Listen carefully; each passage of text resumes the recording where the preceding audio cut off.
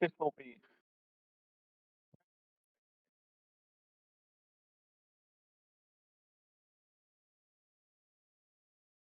Yeah. I will be waiting a little bit if we get more people joining us.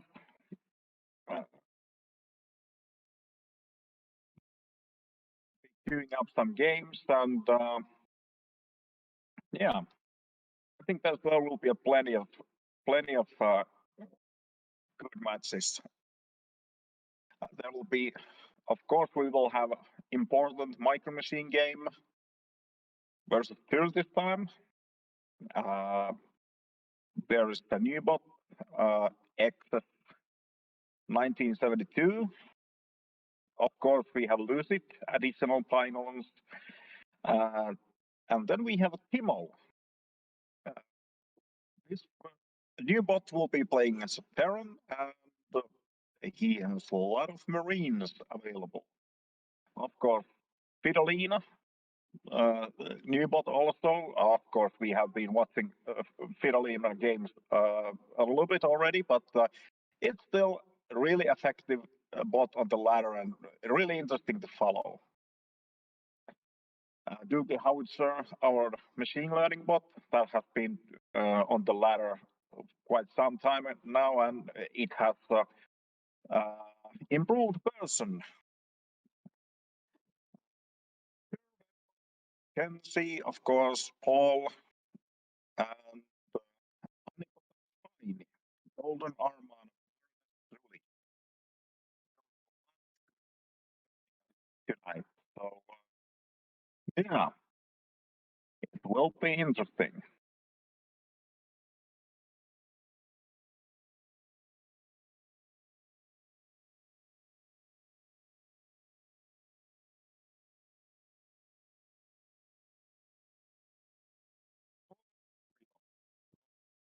It seems that we already have some people on the chat. That's great.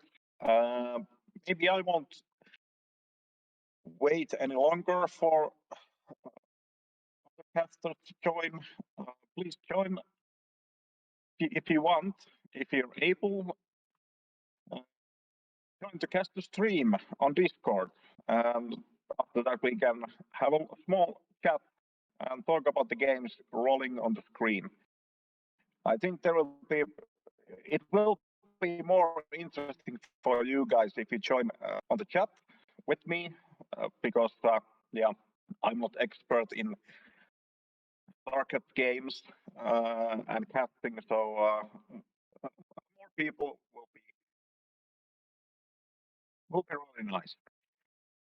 Anyways, during the games,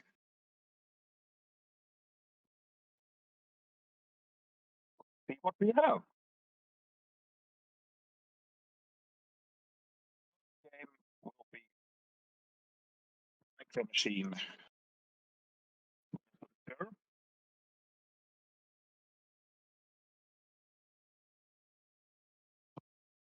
Second game, Not AI.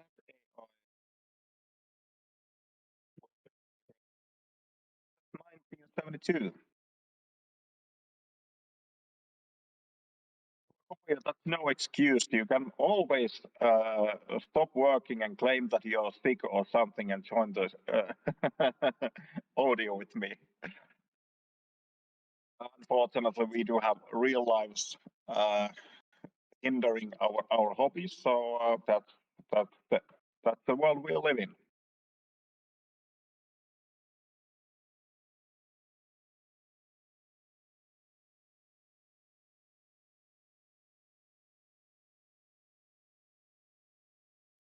It will take short time for me to queue up all the games.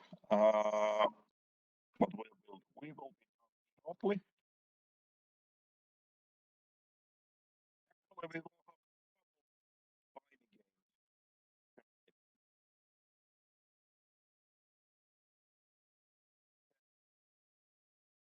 shortly. How Spiny is on the ladder at the moment. He's been on the top 5 for quite some time already. Spiny is one of the big boys who is able to keep his position whatever happens on the ladder. So respect for the author.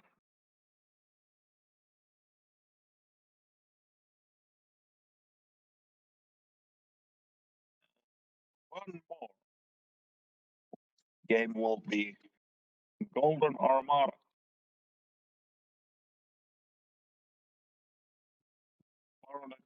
Julie.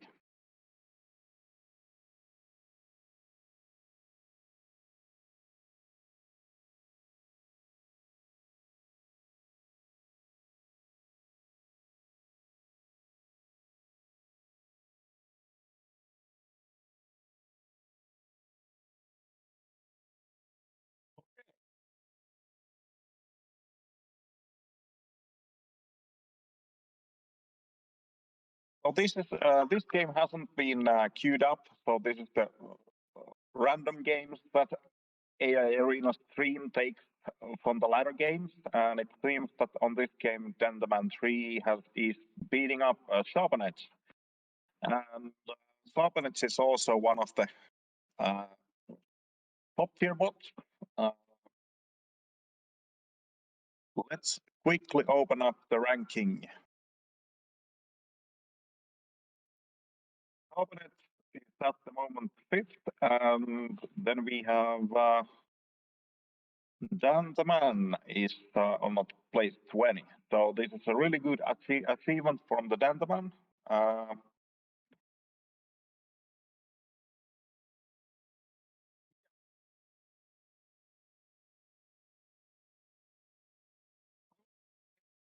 Game. And if you're able, please join the audio with me.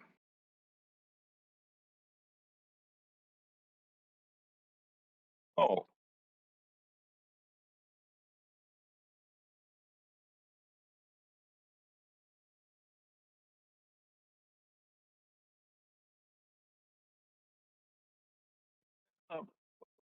Someone there who's able to ping all the people that we are alive, that would be great.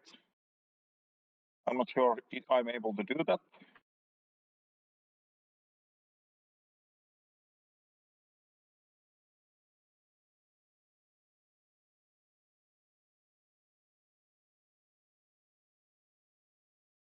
I think I managed to do that. So hopefully we will get more people joining. And I have news for you. Today, Anibot has joined the Sharpie family. So that's something interesting. Hello, Spot. How are you doing? Hello. Fine. I hear you. Have you been able to?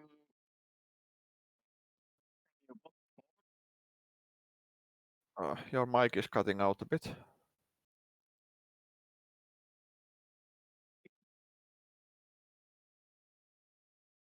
Is it too loud? Still some cutting out. I can't hear you properly.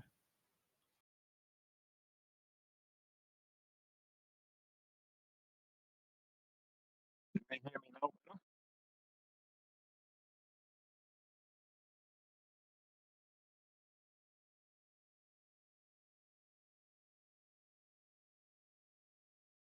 Is it working any better now?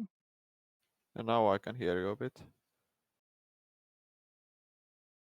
Now quiet again. Not sure what is going on. On the chat channel, do you hear me?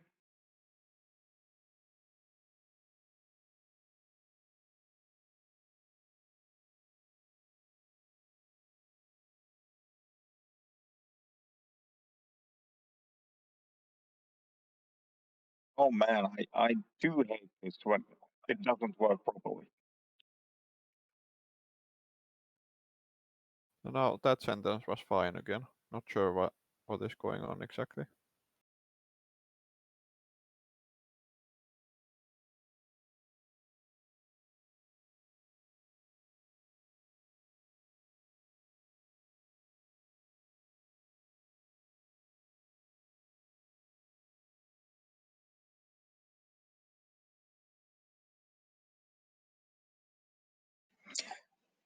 I will try to adjust the settings on the microphone. It should be working better now.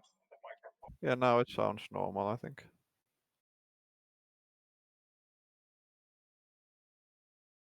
Brilliant. So, a game on the hand, Micro Machine versus Tur. I'm not sure which one of the games is this one, but I do have a prediction. Micro Machine is getting hard time from Tur because we all know the purpose of this stream is to watch Micro Machine lose to some other bots.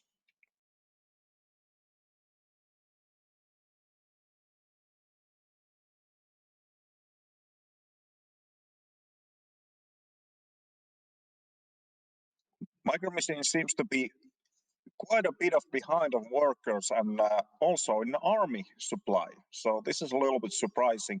I wasn't able to focus on the game on hand because of the all small problems that I have encountered. But oh man, those marauders will be killed, every single one of them.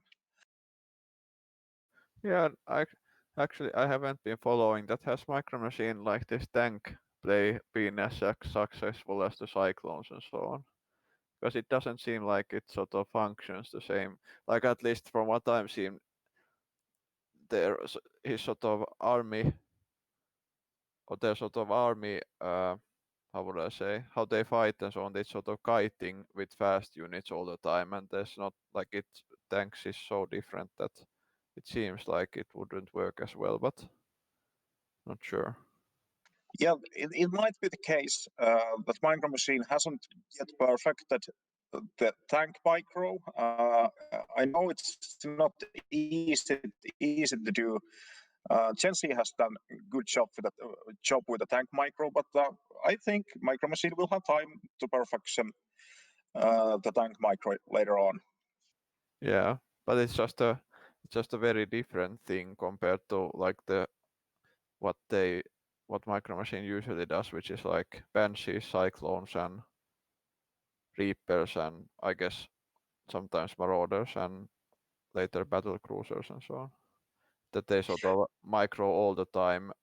Like there's not. I'm not sure. Is there much sort of like how would I say that essentially like Yensi moves the entire army instead of sort of microing individual units, whereas it seems that Micro Machine has very good sort of individual unit micro, but it's not sure what it like whether they do like whether they consider the entire army properly, like that you have to defend the tanks and this sort of stuff. I think you're right about that. Yeah, tanks will require some kind of meat shield in front of them. Marines, Marauders, or something like that. Marines are good because they're cheap. So Micro Machine might be needing to add some Marines front of the tanks, or do some other kind of shenanigans to make them work properly.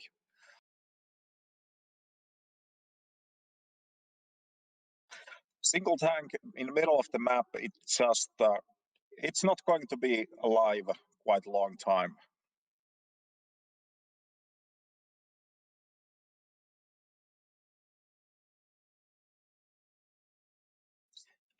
This is one of the games that I wanted to queue up because Exos 1972, it's on the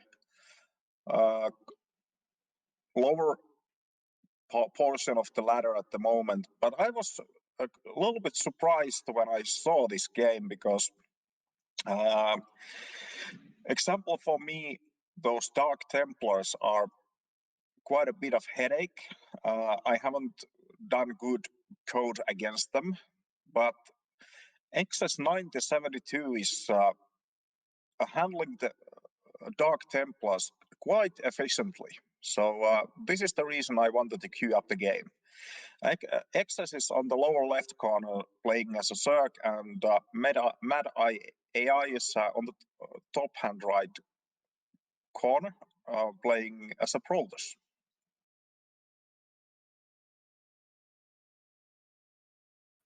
That's interesting here. he has spines in his main base, and the expansion is like quite a bit to the side.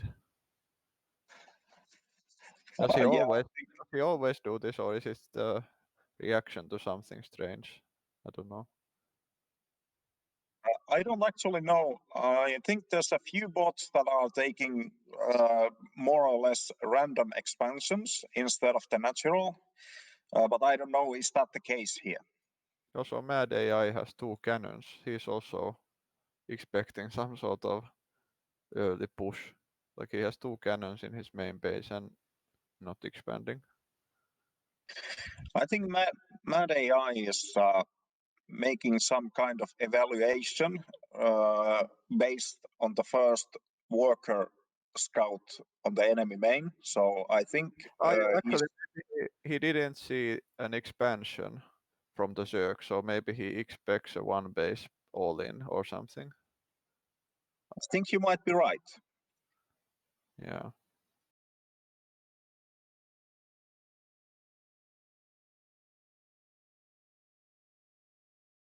But that's one tricky thing for the bots, that if you do this sort of reaction, that when do you sort of snap out of it, that you realize that, well, the push isn't coming after all. That it's it's not so easy to sort of uh, figure out that if you start playing defensively, that when you should sort of snap out of it and do something else. Yeah, I think my bot doesn't have that kind of behavior. If it decides that enemy has large air army, it will just build many Vikings and keep them until the end of the world. So coding something like that is really hard. This is interesting. So XS 1972 has, like, he had a lot of units in their main base with spines. This was pretty funny. Yeah, it's really hard to take that base after it has done that.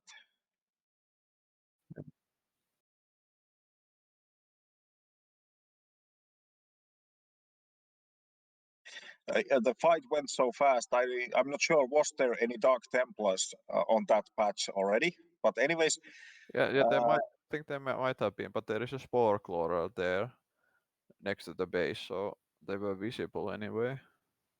okay, I missed that when I was watching the replay. I didn't notice the Spore Crawlers. Okay, the bot was seeing it. I thought it was shooting them, those Dark Templars with the piles. So yeah, it might be the case that the Excess is seeing actually those Dark Templars.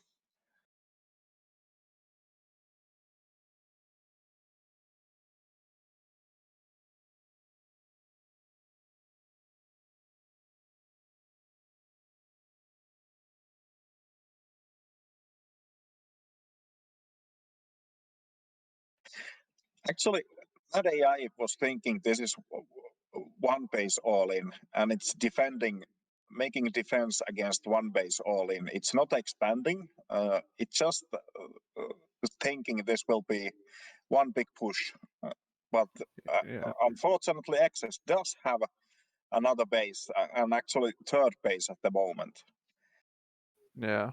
I think, but this is also, I think this is a like pretty like simple way of handling it. That like Mad AI, I think he was sort of expecting the, like, when if he's expecting the 1 base push, but then his reaction is to, like, if the push doesn't come, he just tries to win on 1 base himself. That he doesn't also have a code to sort of like scout and sort of realize that, okay, there's more bases and the push isn't coming and I should expand. But he just, like, if he has the defensive reaction, then he just pushes on 1 base himself at some point, it seems.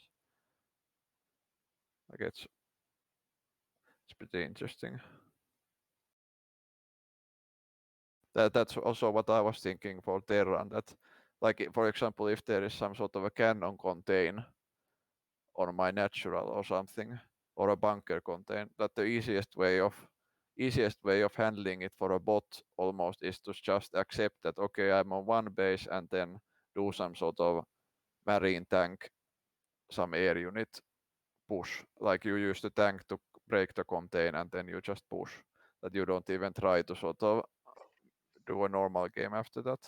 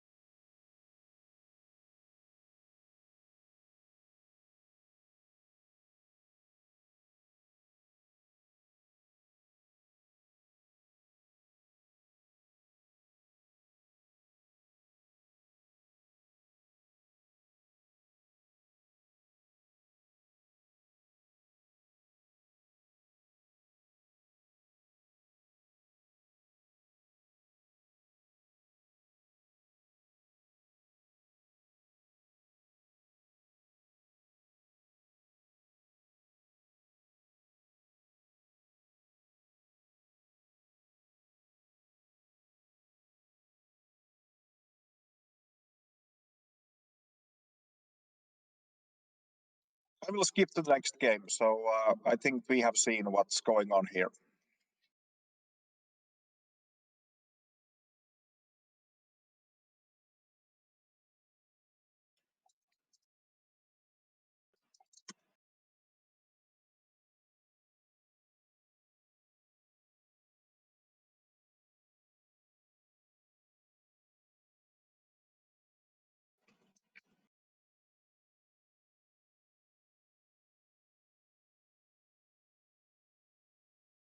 I just realized I started 1 hour early. I was so excited about my bot becoming in the Sharpie family, so I misread the time on the clock.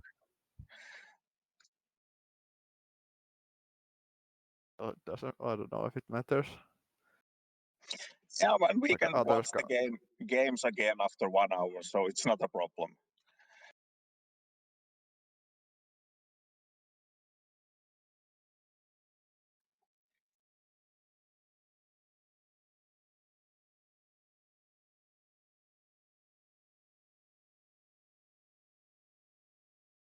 Lucid is one of the bots that are made with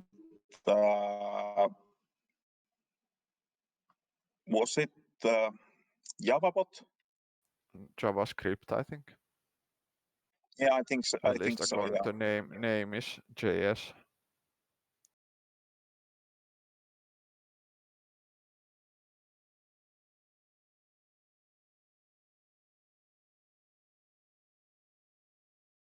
I think it did Roach Hydra or something last week, if I remember right.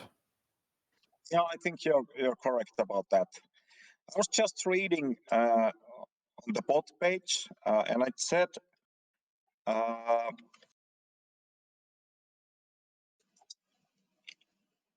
don't know how to pronounce it, but Node.js.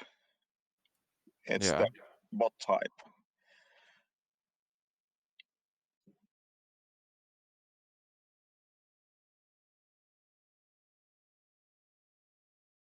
Does that refer to the JavaScript? Yeah. Okay. Okay.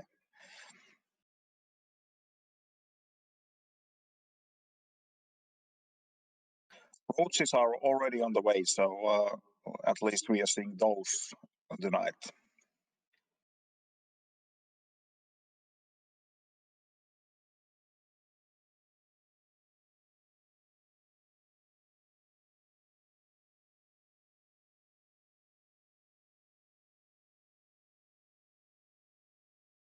Roaches get a bit overrun.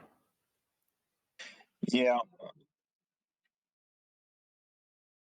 So now there were enough units, but if he adds like some micro that they might move back a bit, so they would survive a bit better, but still not looking too bad for him.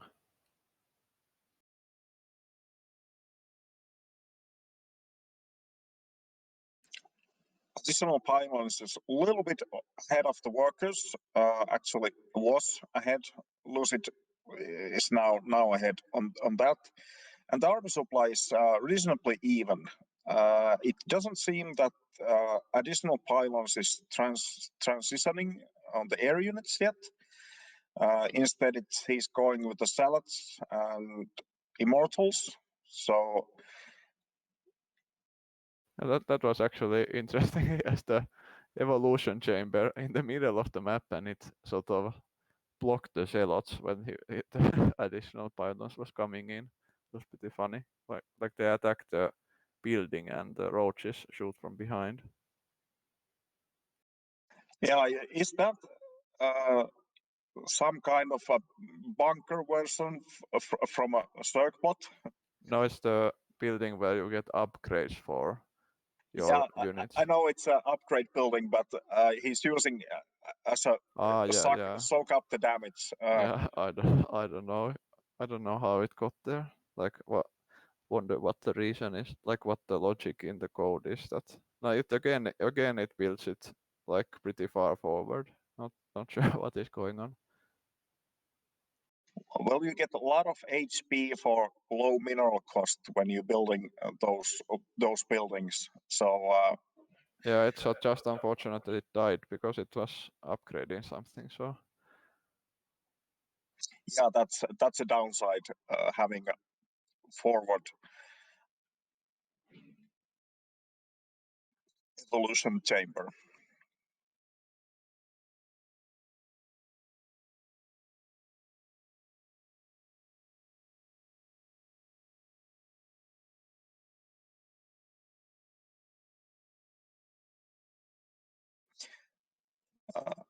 I think additional pylons needs to go and expand. He's not going to win this if he's going to stay much longer on 2 bases. Lucid is already on 4 bases and still making workers, and he will have a quite huge economical advantage shortly after.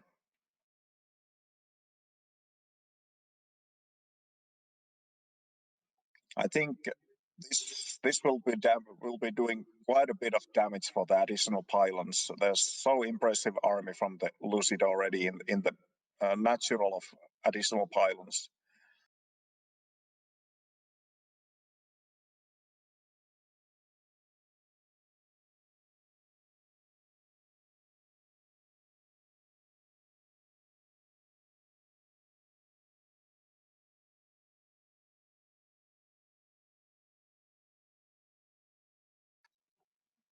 he probably could have just suicided his units because he has so much more income that like trading even a bit badly is probably okay.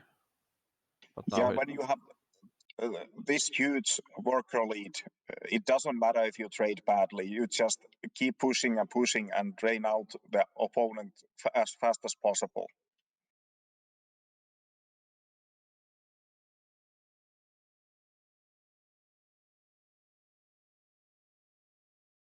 the Hydras are not doing too well against the Colossus. They would need roaches to tank some damage or something.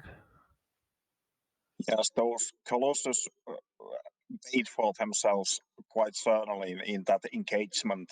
And the micro from the Colossus was quite a bit on spot also. So really good decision to have those backup units on the rear line.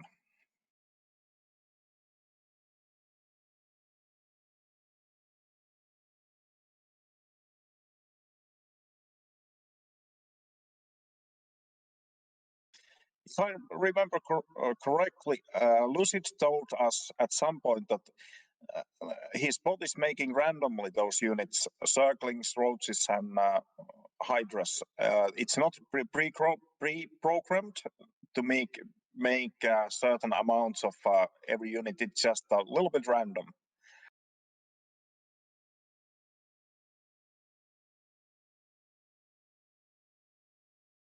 Yeah, but have those units alone, and then just having lots of bases works pretty decently if you can get to this point. Yeah, more stuff encounters less stuff. So that's what we can see from here.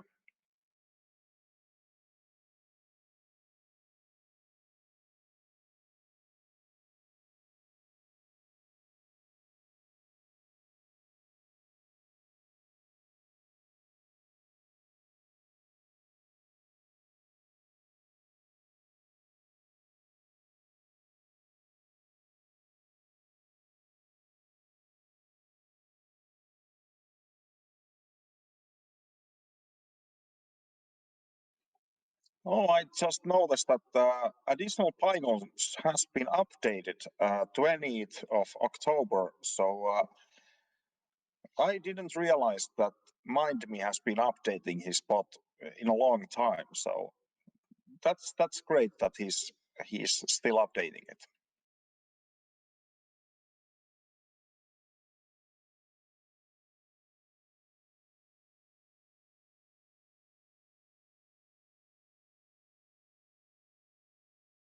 Has additional pylons lost any of those Colossus? Now the first one went down, presumably.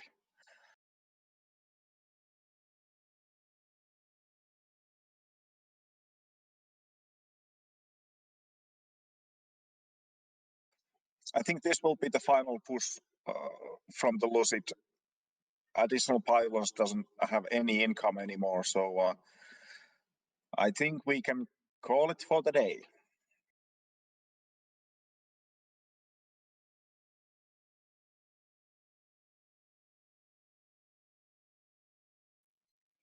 I will take the next replay from the queue, so yeah.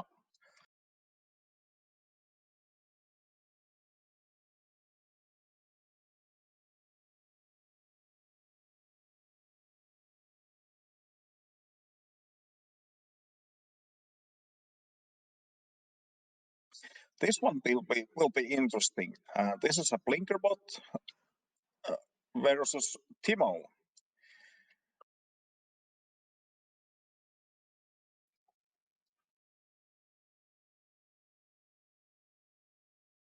Blinkerbot is number 2 at the ladder at the moment. Timo is completely new bot. At least on the AI Arena ladder. So, but I know Timo is able to make Marines.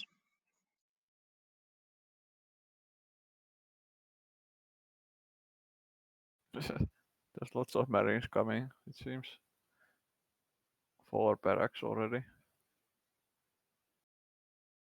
Yeah, I think we will see quite a lot of Marines on this matchup, and it's not necessarily bad strategy. So you just have to be a little bit greedy and push with the force.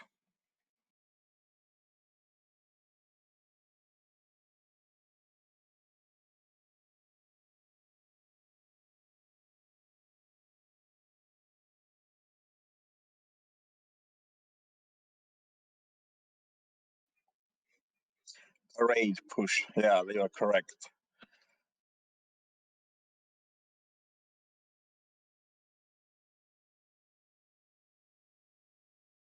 Blinkerbot is going 3 bases, so let's see what happens.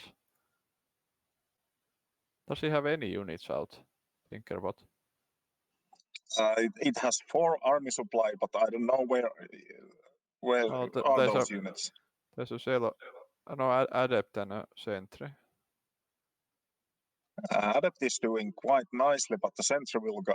They both go down quite fast. This is looking pretty good for Timo. Yeah, and the position for the Marines on the high ground, that's absolutely brilliant.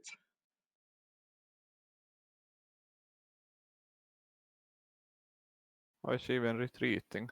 Interesting. And expanding, so it's not only like only pushing with those marines on one base. But now it's dancing around weirdly. Making decisions. I think there's something going on with the pathing somehow. I've seen also other bots making weird decisions on Death Aura. So I think that because the pathing is not straight line, it goes zigzag. It has something to do with that, probably. I'm not sure. First base is already down, and the second one will be killed quite shortly after. Oh no, it goes to the production facilities first, and actually prioritizes the pylon. That was interesting.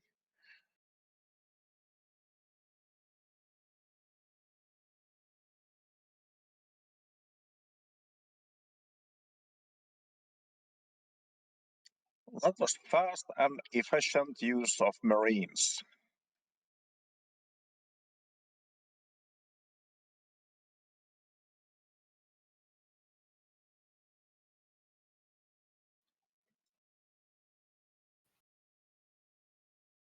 I think that was rather interesting game, I have to say. Yeah. Yeah, I should also probably add something that sort of tries to abuse bots that expand with like no units, because it's pretty annoying if you play sort of pretty defensively yourself and then the Protoss has 3 bases with 0 units, or Zerg for that matter. Yeah, you need some kind of scouting to scout if enemy is building greedy third base. Then you have to punish it as fast as possible.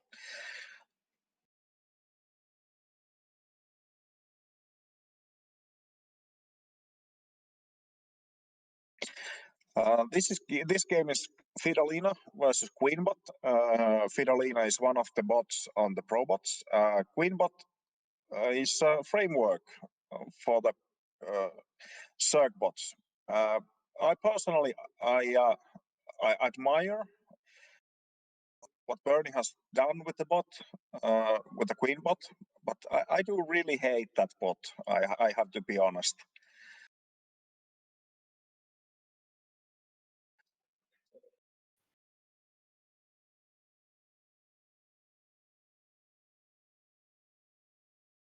I'm sorry, Rasper has made Queen bot, not Bernie. Yeah, my games against Queenbot take like 30 minutes or something. This takes a long time to kill it. Although I think I do win in the end, but it's a bit slow. Yeah, Queenbot takes quite a long time sometimes to win the opponent. It's not made to win the games, rather than exhibit and what can be done with the proper framework with the Zergbot. Yeah, so this is Fidalina is doing what is it, Helebat Marauder? Or what? Yeah. Yeah, I think it was something like that. This could be something specific for the Zerg. I'm not sure. I haven't seen this build yet. It sounds pretty good against queens, but let's see. Yeah, those Hellbats should absorb quite a bit of damage and give time for the Marauders to kill the queens.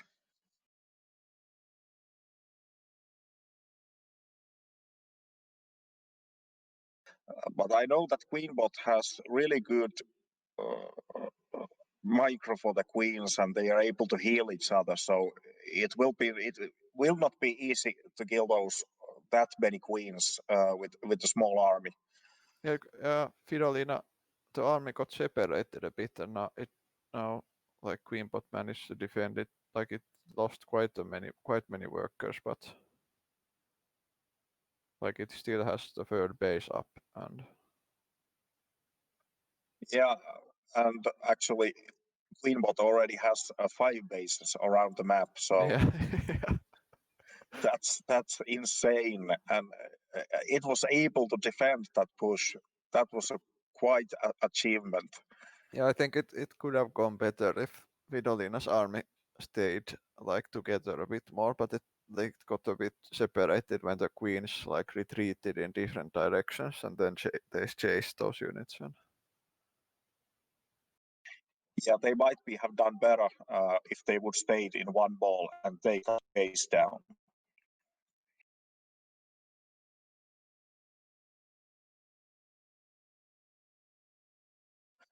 This push seems a little bit better. It does have a couple of tanks with it, so it should do better than the last one. Although there's a little bit less Mororos this time.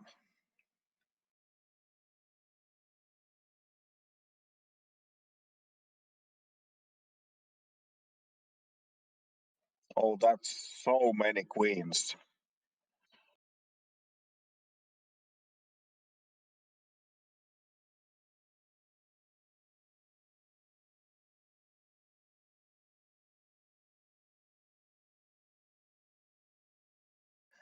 Howdy how.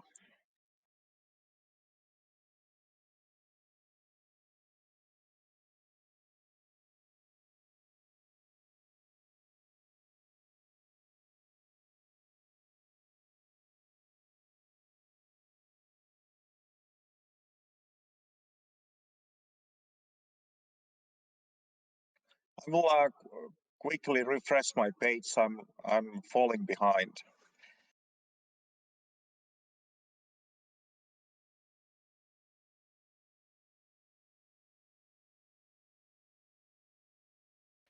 Okay, so how many bases Queenbot already has? 8 bases against 3, 9 bases against 3. This looks really bad for Fidalina.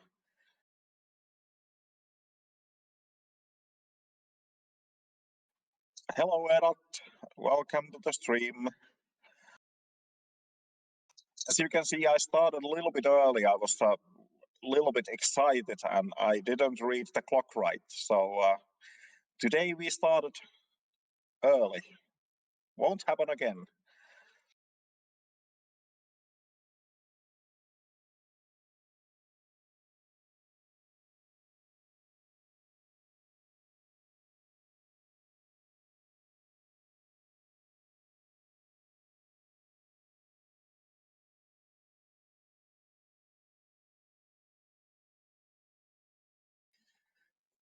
Those queens are really taking down those enemy units. I have to say I'm really impressed how Queenbot has been built.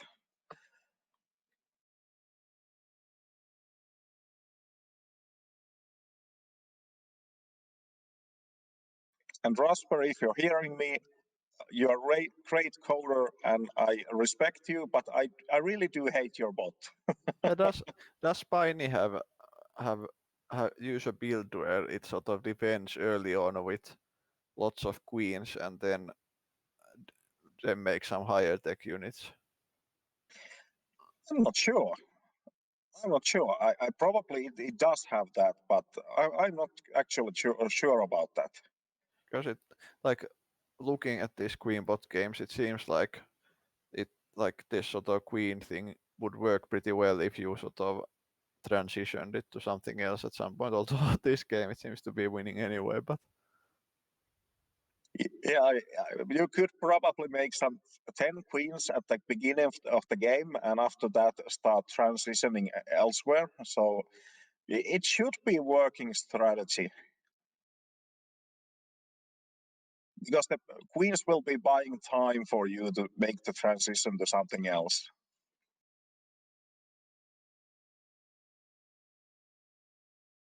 Oh, this is so brutal. and it's a pretty quick game actually, like 13 minutes only, and queenbot is coming. The entire map is in creep. Yeah, just look at the map. It's already almost fully covered on creep, and Well, those queens are running as fast as possible on the enemy main, but it's still slow push.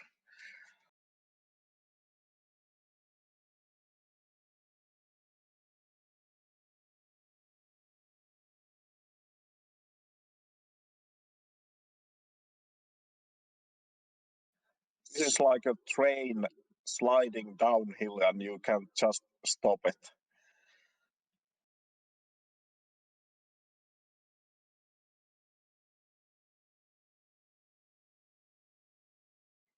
I would like to know how many queens is there already. Does queen take 2 supply or 3?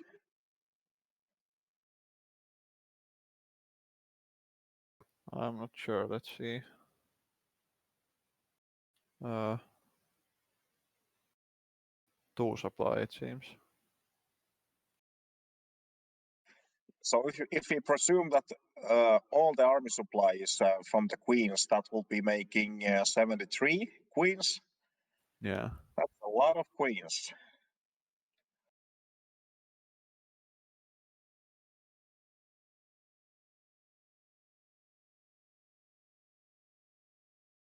I have to say it's an impressive bot.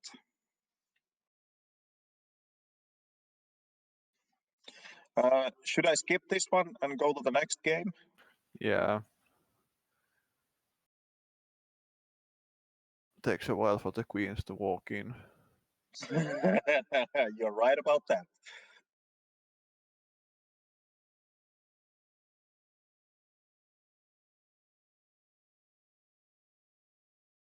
Then we will be seeing Spiny versus Doogie Howitzer.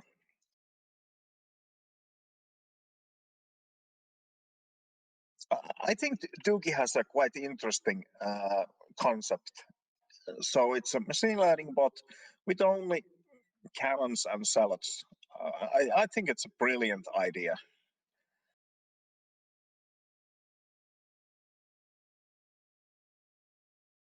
Basically, you just have to teach it a small portion of the game, not the whole SC2 AI. I mean the SC2, the whole game.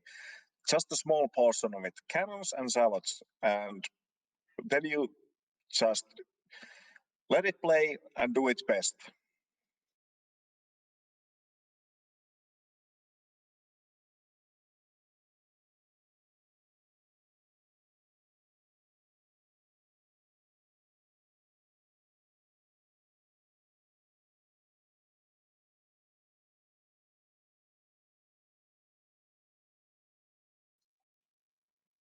What do you think about the Probots?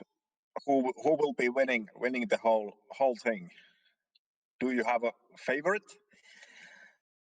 I don't have the bracket right now, but I would guess Spiny, but not sure. I think Spiny is the favorite probably. Yeah, I think Spiny has a really good chance to win the whole competition. It's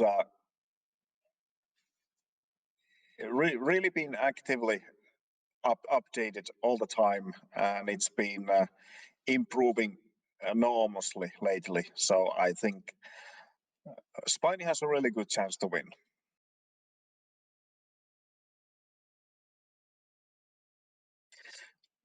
But in this game, Doogie has those cannons already on the high and low ground. The natural from the Spiny has gone down already. It's been really aggressive cannon push. And yeah, Spiny, there's a lot to be done if Spiny wants to win this.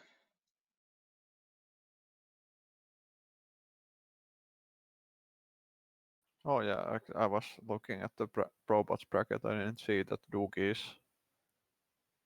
Yeah, it's okay. This. It's okay. But anyways, Doogie was able to place those cannons on the low ground and take out the expansion from the Spiny before. I mean, with the cannons only, it was able to place those before there's creep preventing the placement.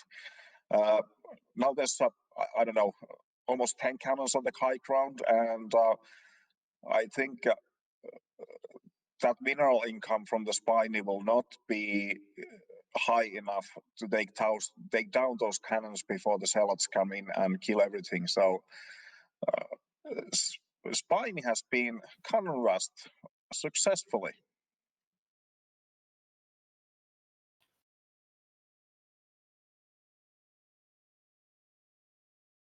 I wonder, is the Dookie on learning mode on the ladder, or is it just playing the games with what it has learned already? I think the ladder one is always just a single version, and then does learning elsewhere. Okay, that sounds logical. Yeah, it wouldn't be learning so fast on the ladder because it's getting like 50, 20 to 50 games a day. I don't know how many games we play in one day at the moment, but something like that.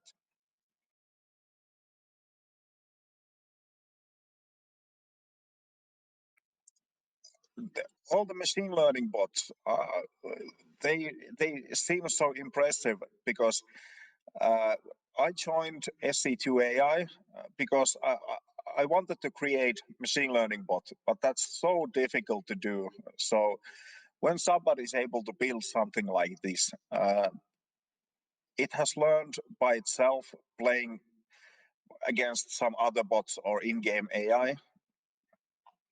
So I respect the author of Doogie Howitzer. Was it Mind Me? Yeah. Yeah, he has done really great job with the bot. There's also a few other machine learning bots, but I think this is one of the most impressive ones.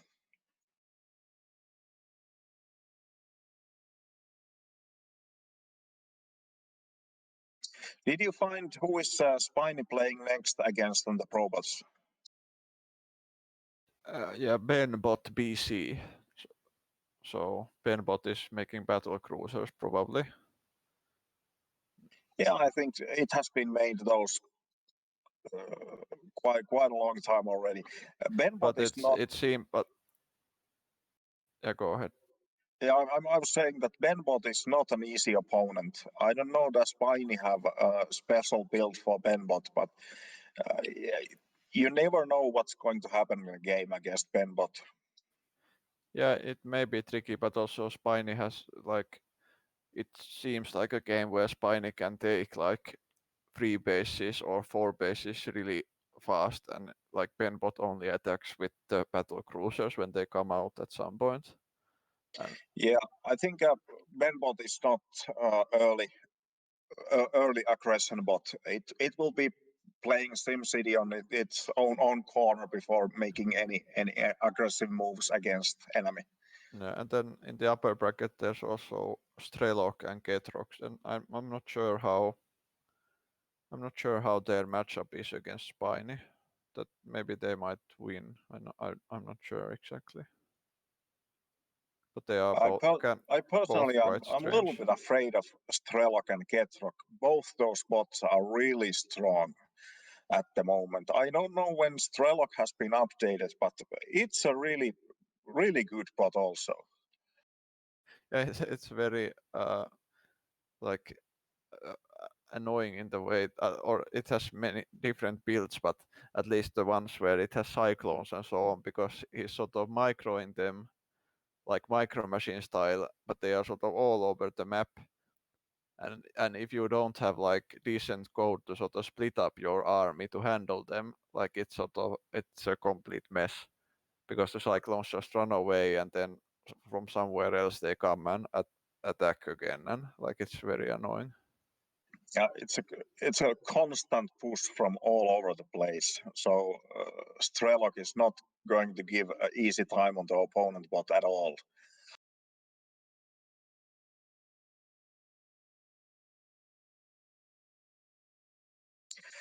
Strelok is number 9 at the moment on the ladder.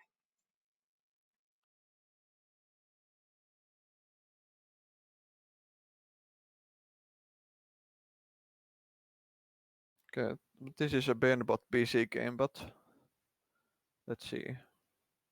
Benbot PC is like he's not. I guess this is against Protoss, but he's not making he's not rushing a battle cruiser at least. Or No, he's been saving up a little bit and not making such a fast battle cruiser rush. Building defenses, macroing up a little bit, and then making the battle cruisers. I think focusing a little bit more on the late game than before.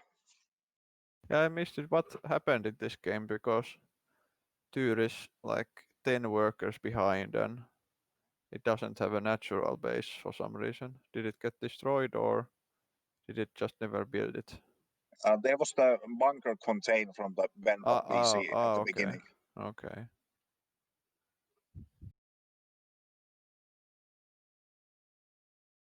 Yeah, those contains are also pretty effective. Like it's quite tricky to deal with them, I think.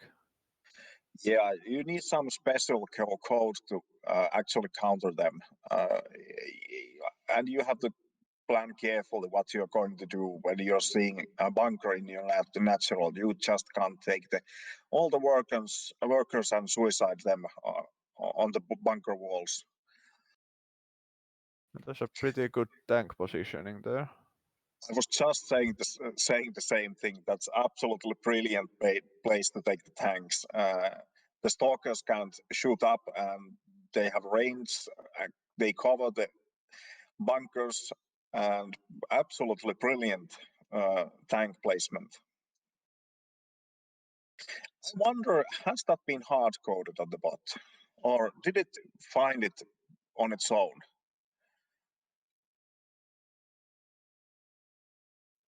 Lakupro said on the chat that those mines are blocking the expansions quite nicely. Yeah, that's absolutely true.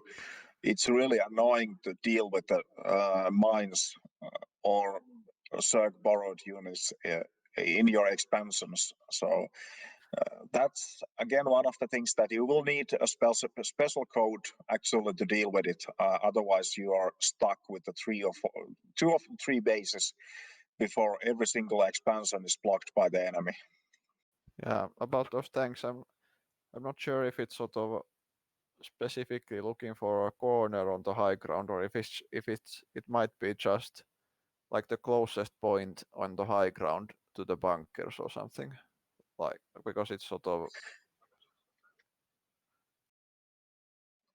Yeah, you could be right. You could be right, especially on this map.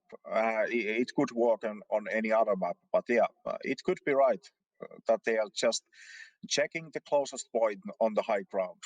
That should be working quite nicely. Oh, one of the battle cruisers went down already. I wasn't sure was the other one able to jump away. so those are upgraded bunkers actually. That's pretty interesting.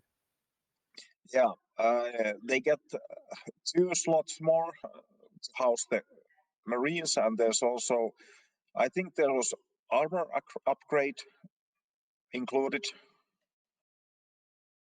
I think Neosteel armor included also the armor upgrade.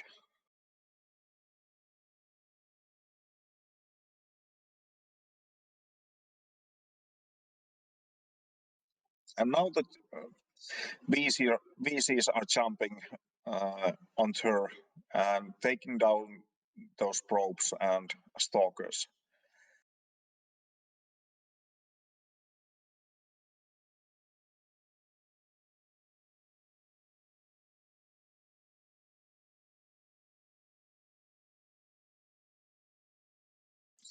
There's basically no place for expansions for Tyr. Is that Tyr's fourth base also blocked with a mine, or is that still free? It seems free. Yeah, I think there's no mine on the fourth. I wonder why it hasn't been expanding there, or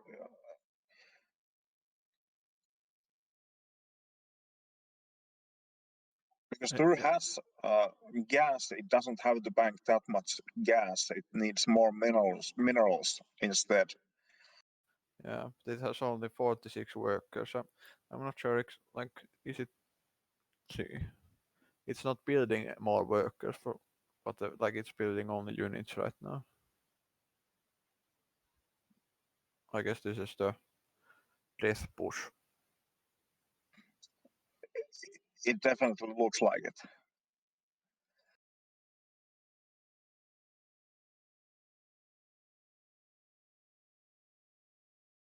The Marines are running past. They're just food for the cannons, so it doesn't matter does they shoot or not. Just joking.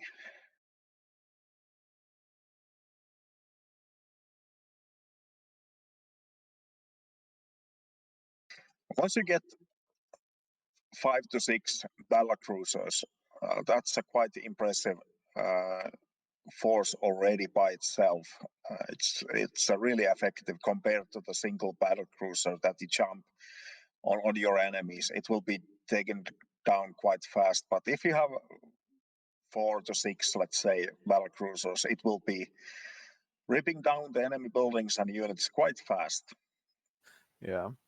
My problem with these battle cruisers is just that I sort of, or my bot currently, like I don't have a memory that the battle cruiser should be expected. So like what the battle cruiser jumps in my base and then my army goes there, but then the army goes back to wherever it was and then it has to go back again. And it's sort of that sort of dancing back and forth. Yeah, so in the end I never do anything. Like I don't attack really because the battle cruisers are always harassing me. Yeah, I understand what you mean.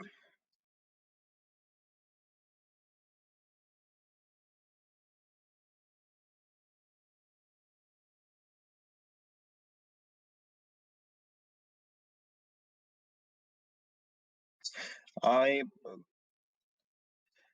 first I encountered those battle cruisers. I just decided that I park my cyclones in my natural. So when they come and jump on the main or natural, there will be at least few cyclones available immediately to take down those incoming battle cruisers.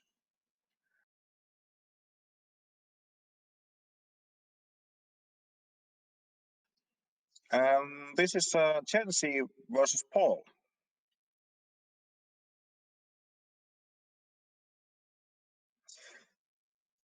I was a little bit surprised from the strategy that Paul is using in this game and how effective it is against Gen Z especially. Is Paul the Nidus spot or?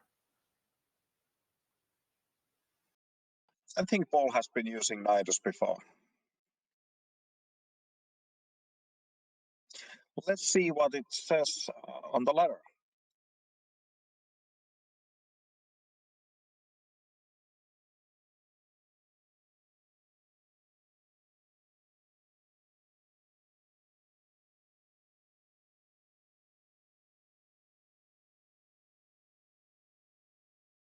Yeah, if it is the Nidus spot, I always lose to it.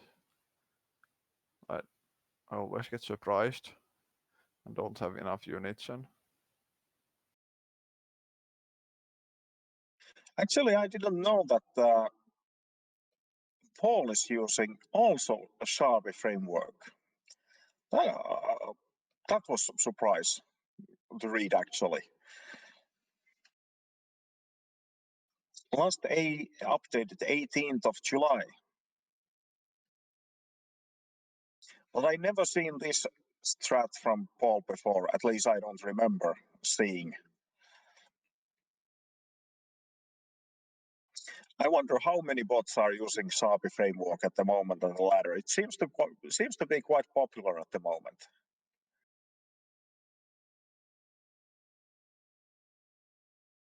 Yeah, but so what is Paul doing? Is it just circlings? Yeah, Or if what I is remember going on? correctly, there was circlings You don't remember was the Spainlings also, but mainly Circlings. But it's doing it quite efficiently, and Chance is having Oh, a yeah, hard there is time. an Eidos also. Yeah, Yeah, the Circlings got in that Jens, like he had the depots down, and he didn't, like he could have maybe lifted the base, the natural, I mean. yeah. But it doesn't have code for that, I guess. But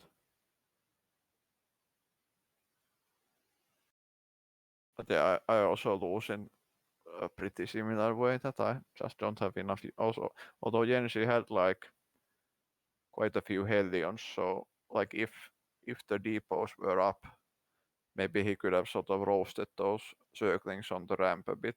But Yeah, I think there was some kind of mistake on the depots on the wall, because if you're keeping the units or moving the units at top of the depot and then try to rise them, if the enemy can get also on the depot, lower depot, it won't come up before it's completely clear. yeah, So if you're able to get one Circling on the depot, and then you can just walk every single one of them in.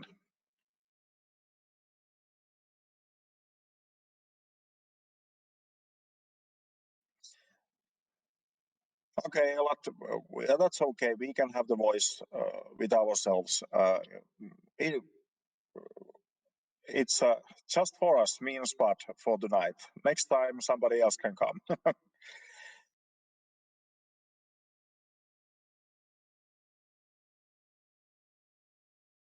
okay, so let's see, Anibot against Spiny.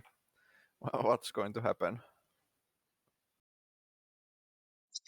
Yeah, actually, I've seen this one before. I won't spoil anything, but I have to say that this strategy was working quite nicely against Spiny. I wasn't expecting Spiny to fall on this strategy, but it did.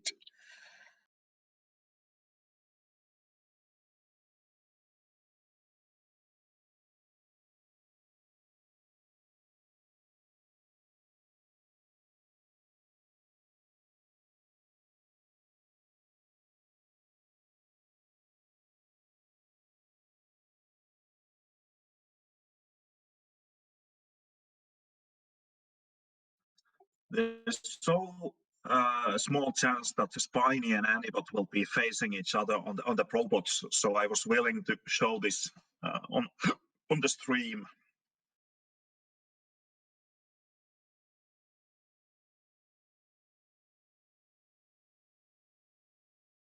Oh, you have ghosts. It's interesting.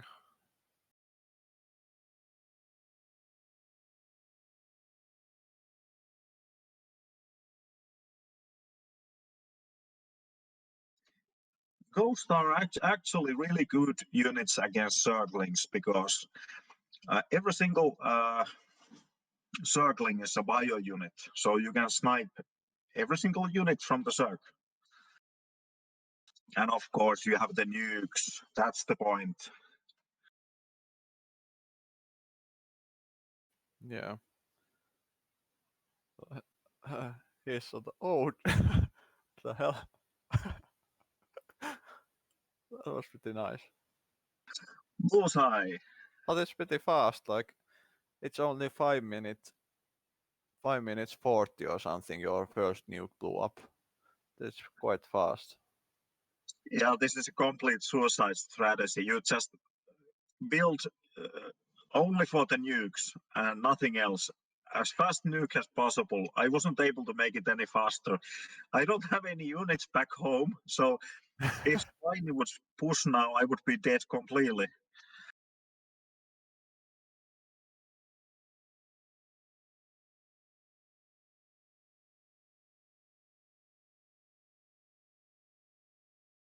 But it was really nice to have. I think Tur also doesn't avoid nukes, so there has been games that I've been nuking 20 workers at 5-minute point or 6-minute point from Tur also.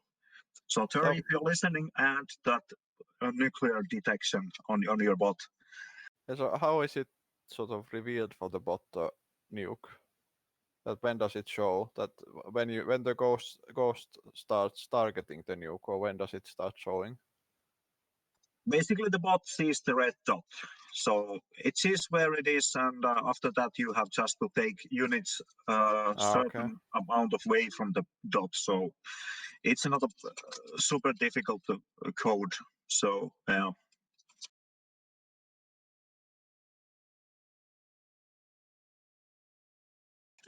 Another nuke on the way.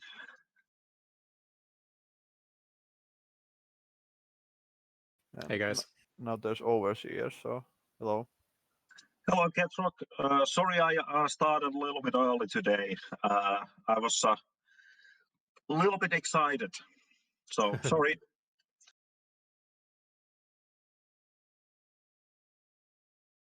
Yeah, I think with nukes you also get the nuclear launch detected warning as well. Yes, that will be also available. So you get an audio warning if you can't see the dot. So you know there's a nuke somewhere. I'm sure is that the red dot also available in the Fog of War. I think I read somewhere that it should be available even in the Fog of War. You don't have to have the vision on the spot. Yeah, that might be true. I don't know is that the case for the bots, but for the human players, it should be visible also in the Fog of War. It's so rare that someone nukes in the Fog of War, so I can't really remember, but you might be right about that. So do you have one Ghost Academy, or do you make many of them?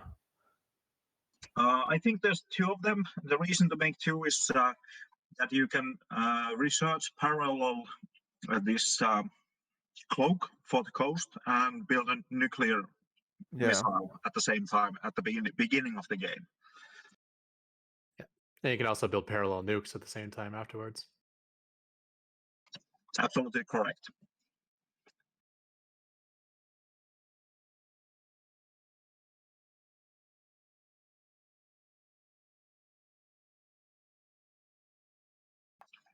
Ketrock, were you able to upload your bot on time? Yeah, didn't get done when I wanted to get done, and I put in a pretty serious bug, but it's there. Oh no, will it be game losing bug? It's only relevant versus Spiny, which unfortunately is probably the most important bot not to have a bug against, but I'll be good for this week at least. Yeah. You don't want any bugs against Spiny. No. Especially as there's no path to the finals that's not through Spiny, assuming he beats Benbot. Yeah. I was wondering, do I show this game on the stream at all? But I decided that I will be eliminated from the competition before I meet Spiny. So I was quite confident that I'm able to show this on the stream.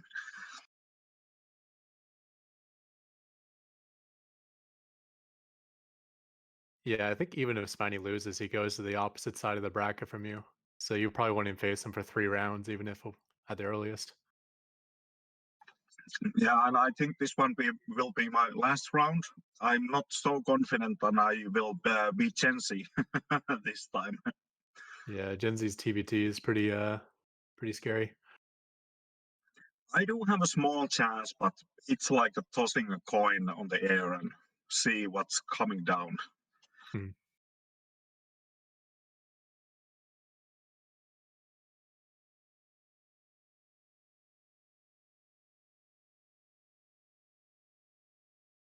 Genzi's the one strong bot I actually perform really well against. So I always hope that he just beats all the tough competition for me in the tournaments, that I can just beat him. Yeah, I was definitely cheering for him when he faced Spiny in the winners bracket. I was a little bit surprised that Spiny went on the losers bracket. I mean Genzi, sorry. Yeah. Well, Spiny is like one of the top bots. It's not never surprised when you lose a Spiny.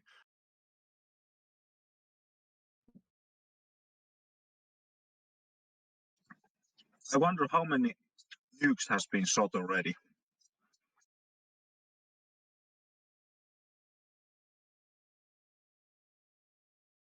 So what sort of targeting do you use for the nukes? Just nuke the hatcheries, or do you have any other special targeting for it? Like try to nuke the army or nuke on defense or anything like that? I think at the moment it's just the bases, and once in a while a random building. I don't target the army at the moment. I was able to kill more of my own units rather than enemy units when I was targeting the army. Do you dodge the nuke range with your own units, or is it possible that you nuke an expansion the same time your army arrives and you blow up your whole army? I should have the evade code for every unit, but I'm not completely sure. That's something I do in real StarCraft games. I'll always send out like Hellbat harass, and then I'll nuke harass as well. And sometimes I just blow up my own Hellbats with my nukes. I don't look at it very closely. Actually, now you mention it, the Thors don't dodge any nukes because they don't have basically. Well, my Thors don't have any micro. They just attack random enemy building, and if somebody decides to throw a nuke there, it will land, and yeah. Interesting.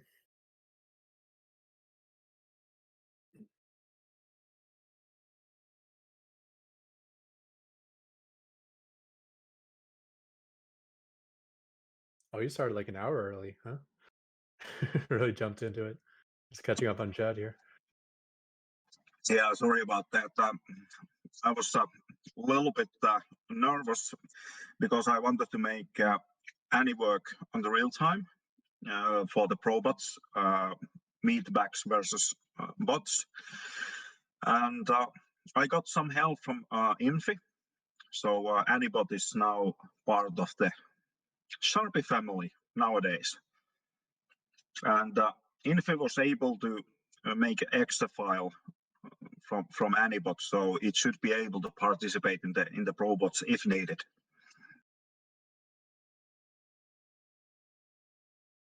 Spawning pool placement. Yeah, I wouldn't mind help with that either. I mean, not help, but if someone like has like a list of all the obstacles involved with real time, that would be nice. Because I know my bot performs well in terms of performance, but it doesn't do real time very well. So there's a whole bunch of issues that I need to address. I'm not quite sure what they are. I know making the step size larger seems to address some of them, but I don't know why. You just have to have the step size one and then skip every fourth frame of your bot. It works better that way. Yeah, but even when I do that, there's still issues. I think like the time between giving an action and having that action show up as an order on a unit, I think that's like way more than 4 frames. But I could be wrong. I need to look into it. I do have a lot of problems still on Anibot. One of the things, your bot has to be really fast. Yeah, I have no problem there. I'm rarely go over 10 milliseconds in a frame. Okay, so that will not be a problem then. For me, it was a huge problem. At least yesterday, it's still a problem, but it's not overwhelming anymore. Yeah, and you can always just increase the step size to deal with that. Like even if you have a step size of like 8 or 12 or something, it won't make your micro amazing, but it'll solve the issue, I guess.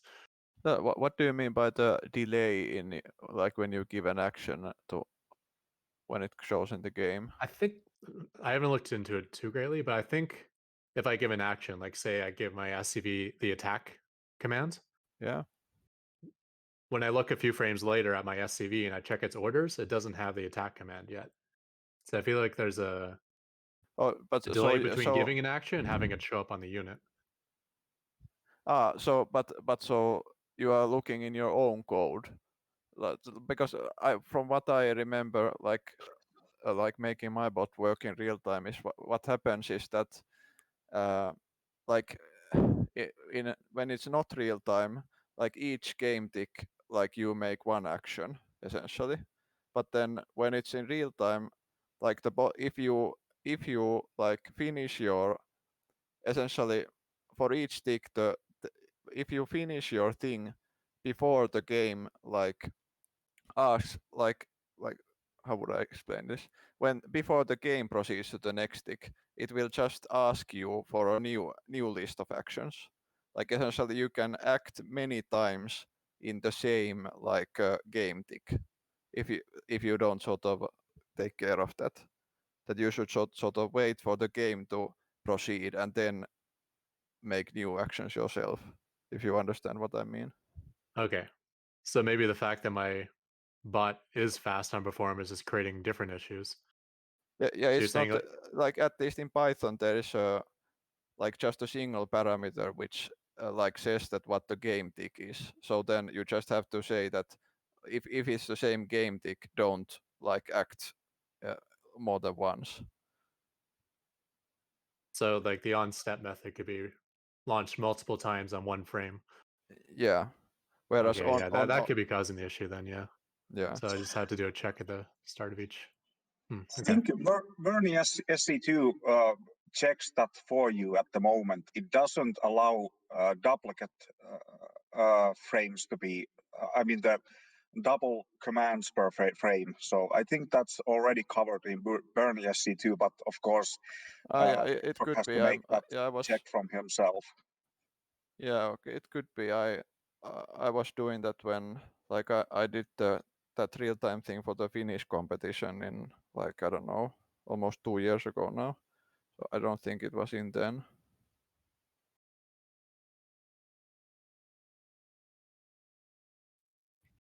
That was that Overmind competition, wasn't it? Yeah.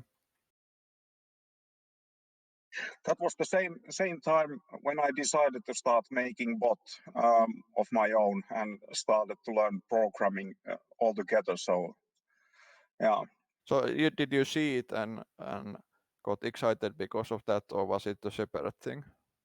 It was actually a separate thing. I have found the SC2 AI ladder already, and then I heard the Overmind competition, but I didn't have the courage to participate in it because I didn't have any experience. So it felt a little bit intimidating for me to participate in.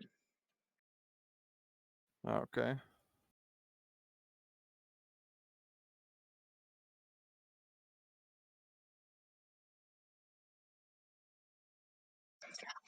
Unfortunately, we haven't been paid any attention on the game. As you can see, both players have 0 workers. So, yeah. Golden Armada lost all its workers pretty early, but it had enough army to go mop up what Baron Azuli had. Baron Azuli still has a base. I'm not sure if there's anything going on there or not. Doesn't look like there's anything moving on the mini-map. No, but it's in a weird place, so... I'm guessing this time's out now and it becomes a draw. I think Baron is expanding all over the map in random places, and Golden Armada does have a little bit army left, but it doesn't have enough army, so the threshold for the attack command will be executed. So, yeah, this will be a draw. It was a really interesting draw, anyways.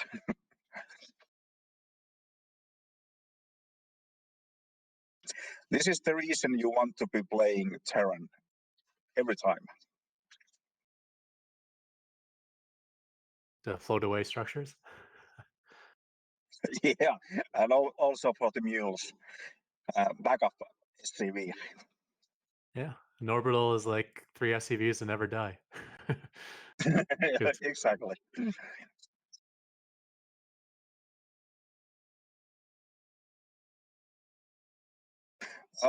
Actually, sorry, I don't have any more games queued up. Ketrock, do you have some games you want to share with us? Nothing off the top of my head. We can just let the random roll, I guess. Yeah, that sounds good.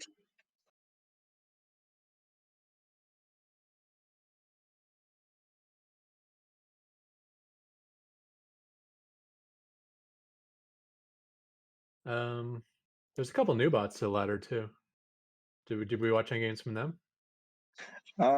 We did watch a game from Timo.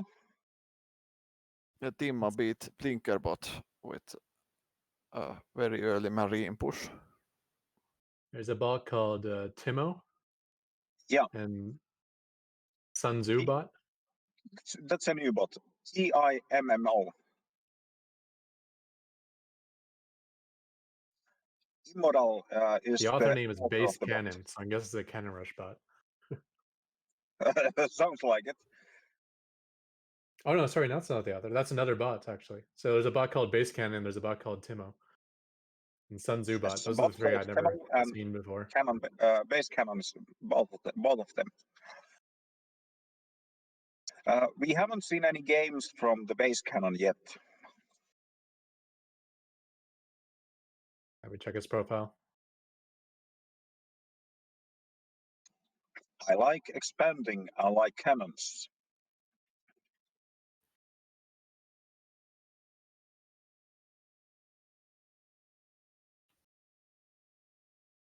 He's got a couple of wins.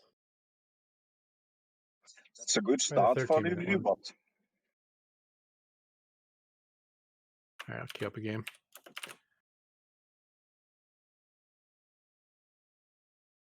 You beat Newbie and you beat Kai. The two of the other somewhat new bots. I think Kai has been on the ladder for some time. We just haven't watched any games from the Kai yet. Yeah, I mean, we probably did it on his first week, but haven't lowered up much since then. I wonder when it was Could last be updated. true. Last updated in August, yeah. So it's been MIA for a little while. Oh, that's Krogoth. That's a Java developer. Java bot. I've seen him in Discord. I didn't know that was his bot. Okay, sounds good. Sounds good. Is he still active? Is Kai still active? Well, his last update was October 25th, August 23rd. I mean, if you message him, he shows up, but I don't see him much on Discord anymore. Java channel is pretty quiet now, actually. Now that Fidelina's figured everything out, no one's actually asking questions anymore. I hope we will get the new authors and keep the old ones in. I think the Probots is doing really good advertisement for the ladder also. So of course it's we both do benefit for the audience that we are having.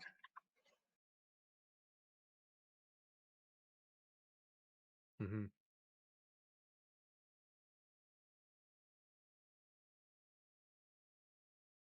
Well, if you look at the activity, there's still like tons of bot updates every single day.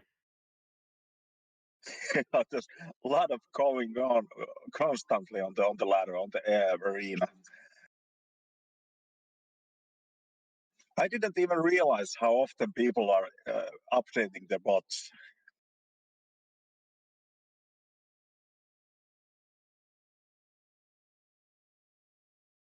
Who is the Java dev? Well, that one I was talking about was Krogath or something like that.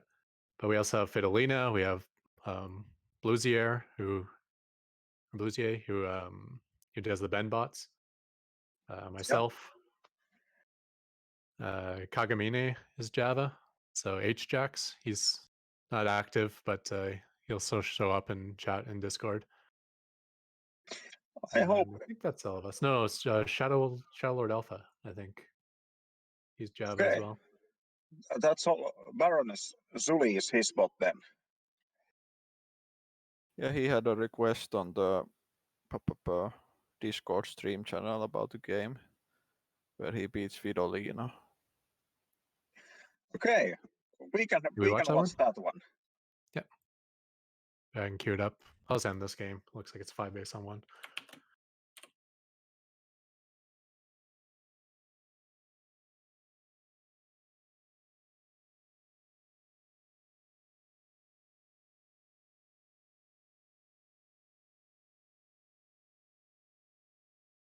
Did you queue up the game 747 already?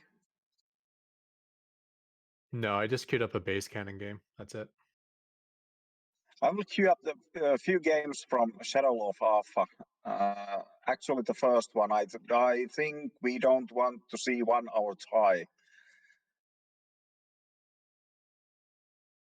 Yeah. Well, I mean, it may be like a 15-minute game that just kind of breaks at some point, and then we can quit the game. Yeah, we can 1 hour do that. ties are rarely actual 1 hour ties. They're usually a bug that happens at some point. Well, I will queue up both games, and we can just skip the if the tie is a boring one. Oh, is Newbie machine learning? I'm guessing by the depot build order. Yeah, I think that's a few too many depots at the beginning. I used to do that the same thing on Anibot when I was starting the game. You don't have to worry about supply blocks anymore.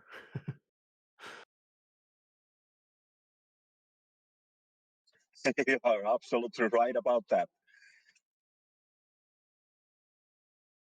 Let's see. Bots.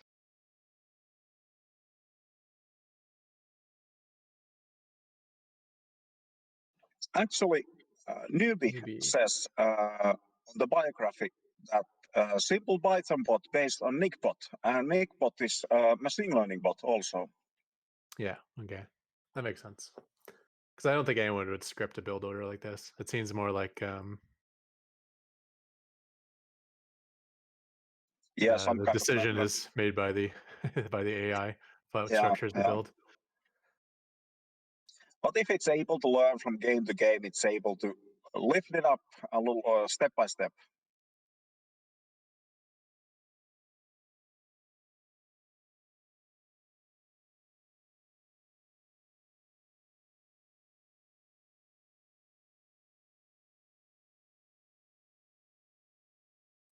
Depots and Are you Marines. Shadow able to queue up the games now?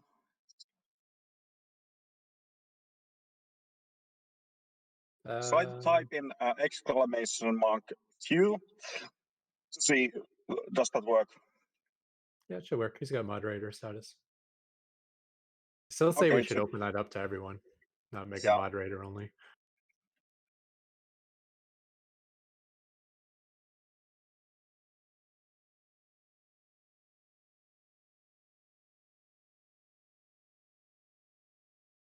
So it looks like base cannon just expands with cannons, is the idea. Yeah, it looks like it. I wonder, does it build anything else? Well, there's a clump of something in the main base. I can't tell what it is. I'm guessing it's gateways, but it could just be like 12 cannons. I'm not sure. I have to ask, there's Andyman on the line also.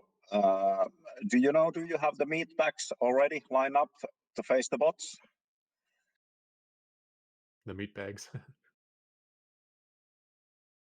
Humans, the meat bags to face the bots. Has there been any volunteers to take the beating? He doesn't know anything until it happens. I mean, Scarlet said she would do it. Whether Drek is following up and whether Scarlet will actually do it, we'll find out. I'm sure Endersword will be playing. Andyman probably, I would guess. What was last season? Who played? All I know is No Regret. It would be cool to be beaten up by Scarlet because I think she would be winning all the bots using just the mouse. I think.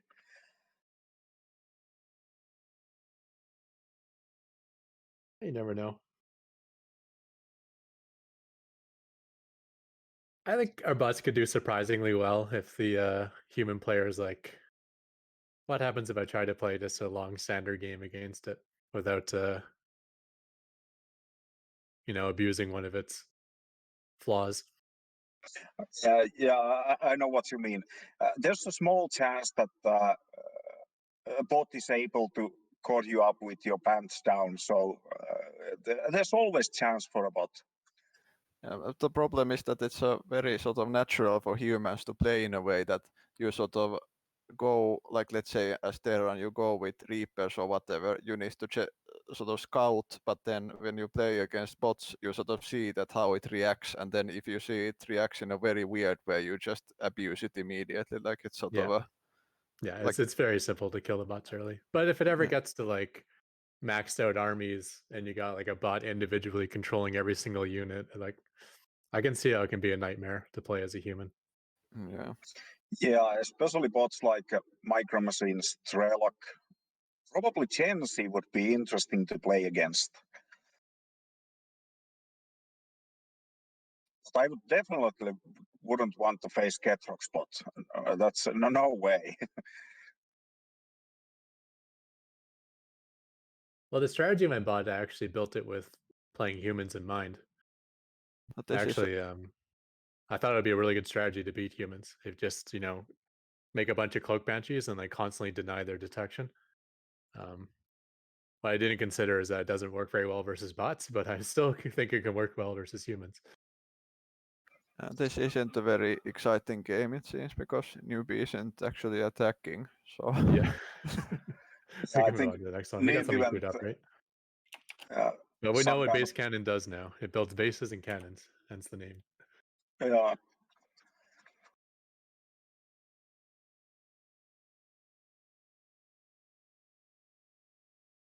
Good starting point for a bot, I guess.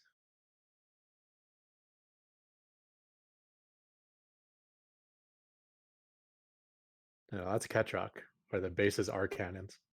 Planetaries everywhere. Yeah.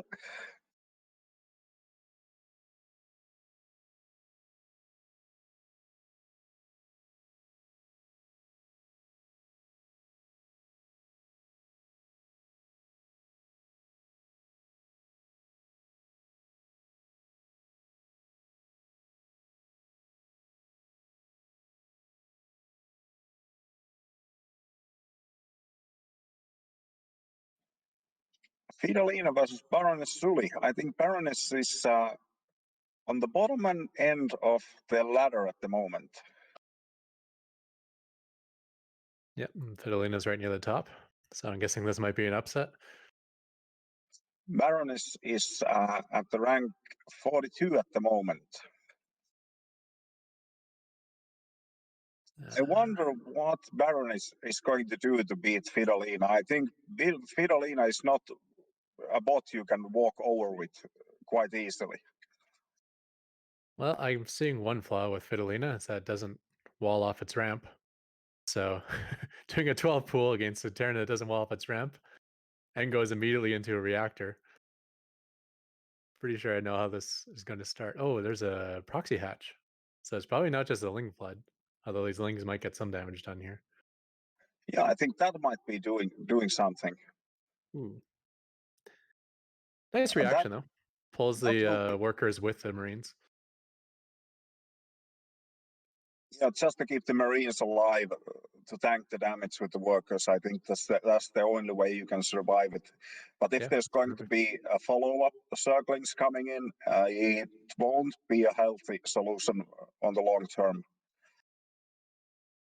Well, I mean, now he's got some units out, right? The factory is producing. He's still got the reactor Marines. So I think he's safe from Ling floods now. I guess the question is what's going to happen with the proxy hatch? Are you going to start pushing spines from there or something?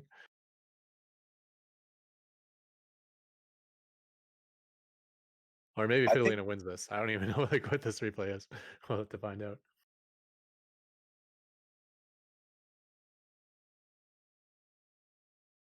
Baroness will be needing quite a lot of circlings if he wants to push up that ramp. Let's see, Baroness Sully. Oh, this is Shadow Lord Alpha spot. Okay. I understand now.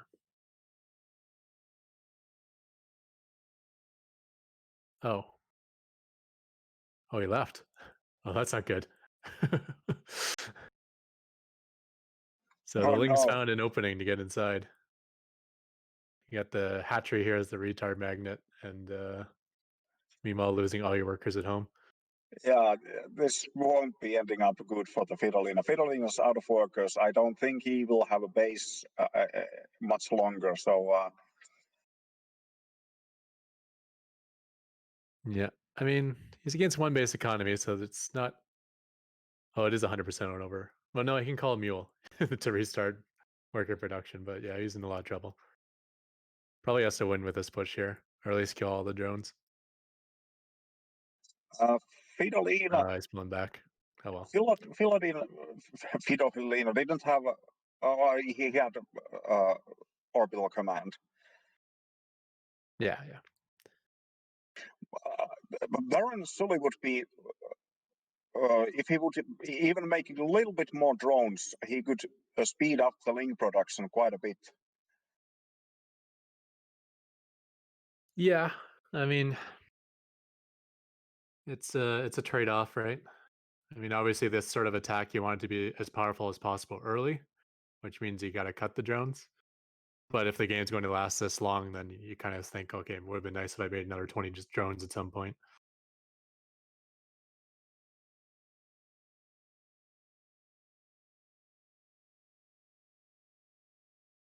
I think Baroness Sully is. He did a brilliant job against Fridolina. It was great game from Baroness. Yeah. So the Java API, there's nothing really to identify how to wall off a ramp. So you kind of need to figure that out yourself or hard code it. So I'm guessing that's something on Fridolina's to-do list, which is down the list somewhere. I think that a to-do list for you guys is extremely long. Yeah. Well, Fridolina is actually talking about adding on, like building a framework on top of OCraft, because it's kind of desperately needed with Java. And Yeah. I'm not good enough to do it, but I think Fridolina is. So she's kind of, as she's writing her bot, as he's writing his bot, he's like keeping his bot code separate from like the framework he's building. Okay, that sounds good. That will be So eventually the framework will be something you can release and make it a lot easier for people to get started with Java. Sounds cool. It will help other authors also. I'm really grateful for the Bernie that he has been making for the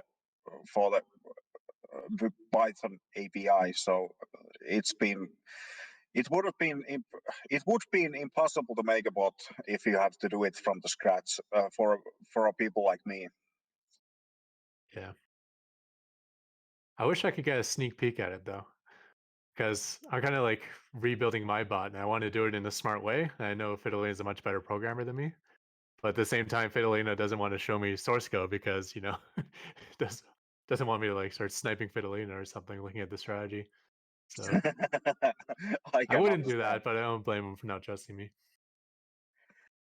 So I'm just kind of figuring out my own method of refactoring and setting it up, and it's probably not the smartest way of doing it, but it's the best I can come up with. Yeah. Because adding new features, I'm really struggling with. I really need to make a much easier way of creating builds and having them separated from everything else, so I can like change builds and switch between builds without it breaking everything. And then the same thing with like my unit micro. I need to have a more generic unit micro so I can build any sort of composition I want. Yeah, I know what you mean. That is something that was really difficult for me to make different kind of builds, but I managed to do it. Of course, the code looks like spaghetti, but it's still working. Yeah. Well, I never said I wouldn't snipe other bots. I just wouldn't ask to see someone's source code and then secretly use that against them to snipe the bot. That would be brutal. I'm not that dirty. We can have gentlemen's agreements in this community.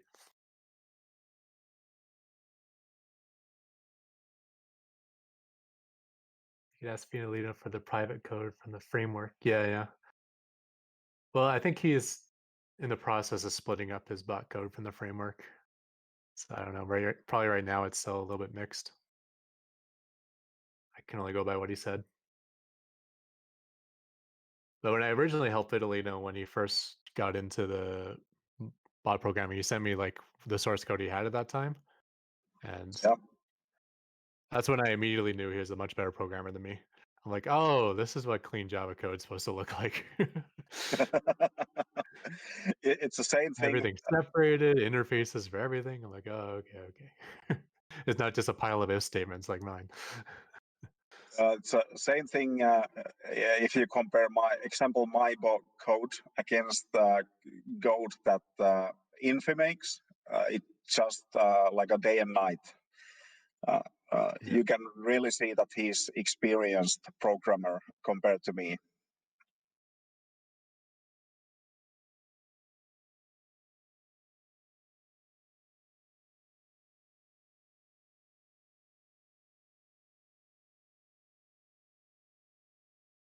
Twitch ads. Hey, you know what we can do is So was this the 1 hour before the tie? stream starts, if you're here early, you can run a couple Twitch ads. Because if you do that, then it's less likely to show someone ads when they first join the stream. Sorry, could you repeat? I didn't hear you properly. If one of us arrive early before the stream starts, because I think we have access to the to this Twitch account, we can run some ads on the stream. Because if you run ads on the stream, it's less likely to give other people ads when they first join the stream. If that makes sense. Okay, yeah. I understand. So was this the 1 hour tie? Seems that Fridolina is stuck. Nothing is going to happen. Yeah, I think Fridolina didn't it will die. dance 1 hour on that spot. Yeah, he has units left but no base, but then like his army is stuck and doesn't go looking for the bases. Ah. Where's his But- final structure? Is it down in Yeah, there's Ernest Zuli's main base? no, there's a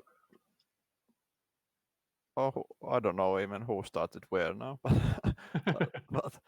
yeah, it's top bot left is Fridolina's last structure. Yeah, but Fidolina started in the top right. So I wonder how he got a Ah. structure down there. Oh, okay. Maybe like a Interesting. barracks as a spotter for also- cyclones or something. But also Baroness Zuli has 5 supplies, so I don't know what's going. Like why isn't he doing something? Not sure. Yeah, he's got 5 workers. Yeah, I guess who knows. If You it's lose your just main base, he often breaks a lot of things. There's a lot of Yeah. bots that crash when you kill their like main command structure in their main base. Yeah. Yeah, that was exactly the same case with me when I lost my main base. My bot crashed at the beginning. It's working now, but at the beginning it wasn't. Well, I call that confident programming. Where basically, like, my bot's so good, I'm never going to lose my main base, so I don't even have to worry about these conditions of rebuilding. And you lost anyways if you lose all your bases. So what's the problem when you are crashing at that point? And now we have game from Fridolina.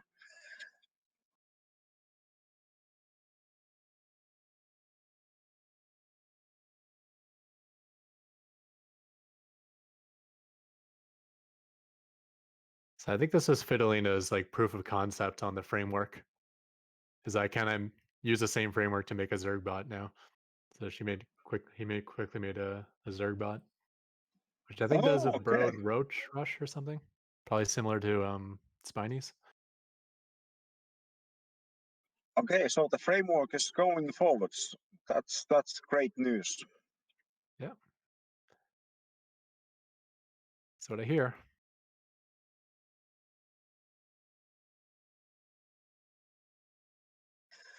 Oh, Fridolina. There's 50,000 hours of work left. Yeah. No problems at all there. The work is almost done. Only the rest is left.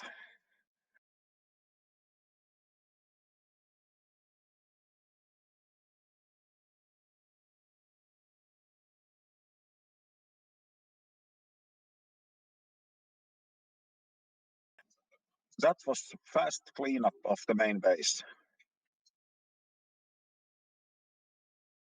I think after this round of pro bots, the majority of bots left will be Java bots. So Java went from like 1 or 2 people up to a decent sized little community now.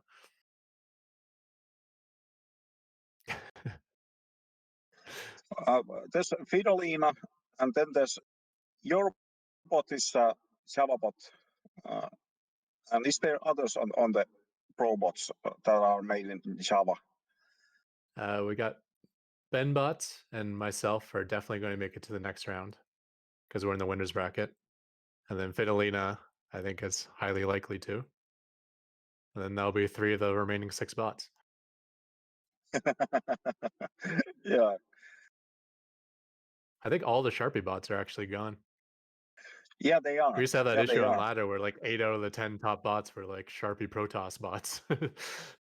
Now they've all crapped out, I think. Yeah, but on the That's- ladder it helps that I think Sharpie has like it has like built-in stuff for like worker rush defense and some like other early defense stuff. So it helps on the ladder quite a bit. That if you don't die, that sort of stuff. Yeah, like if we had a competition where you get 5 hours to write a bot, Sharpie would destroy everyone else, just because it's such a advantage on its It's starting basically point. Yeah, has all the little things for you. basic stuff is already there. Yeah, I think how Zidolina killed the main base and then created a Nidusworm afterwards. Now this base is dead, let me notice it. Have you seen any games from Derg? DERG?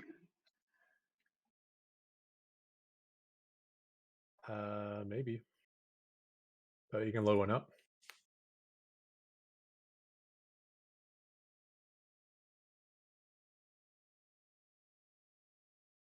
Oh, did I skip the Fidolina break out of that? Oh well. Had to wait till 170 supply before the Lings would go looking.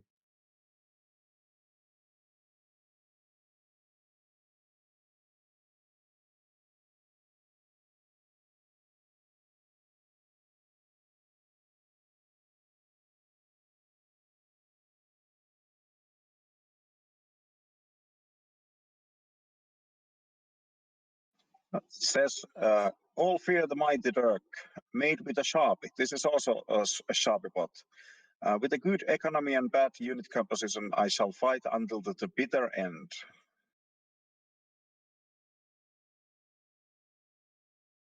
I think that's a really cool feature on the AI arena, that you can write a small description of the bot. It gives a way more personality to the bot. Not mine. I just have an empty biography. I gotta write something in there. You should write something. That's a blasphemy, not to have some description on there. True enough.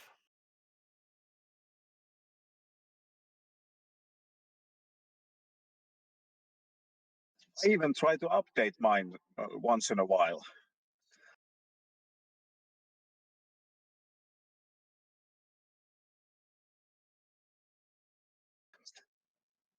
Infamous golden wall.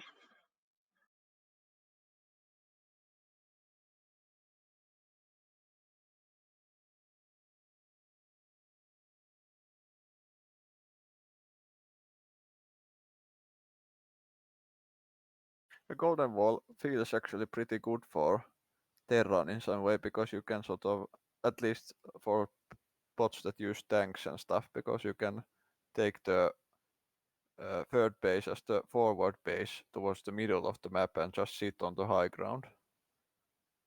I've been thinking to actually sit my tanks over there, but I never made a code for that. Yeah, for me it just works like that because like so for whatever like the like expansion order goes for me like that I take the third base like towards the center of the map there, and then Okay, that sounds cool. yeah, it's just random, but it ends up working nicely.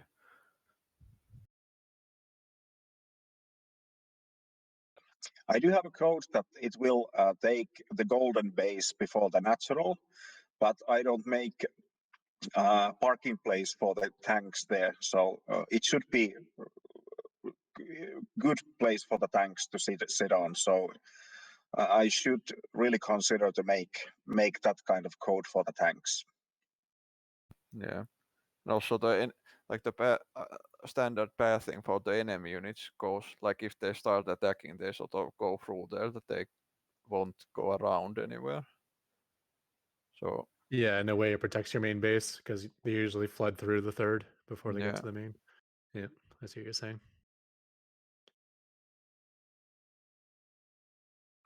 For the humans, it's easy to just go around the tanks sitting in the third, but for the bots, the natural route goes through the third, so they will take it if you don't have some kind of pathfinding code for that. Yeah, I definitely want to make code to prioritize saturating gold bases. Is this the strategy that took down the Micro Machine, this Mass Reapers?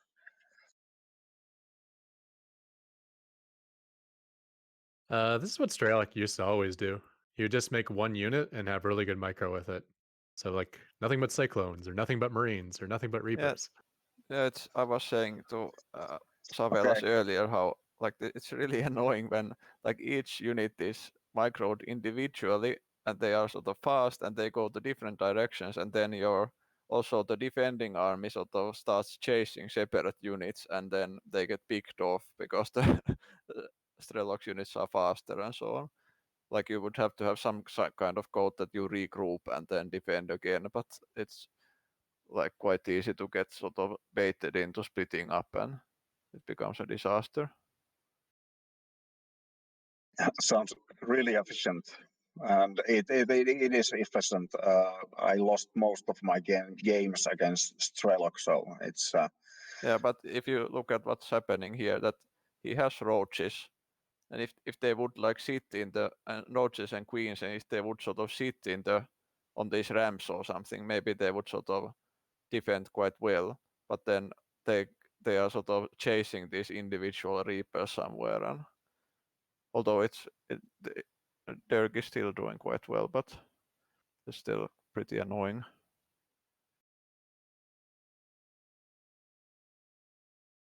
Yeah, Reapers really shouldn't do too well versus Zerg because they're slower than Speedlings. Then they can't really hurt Roaches or Queens, at least not unless they're heavily outnumber them. Yeah.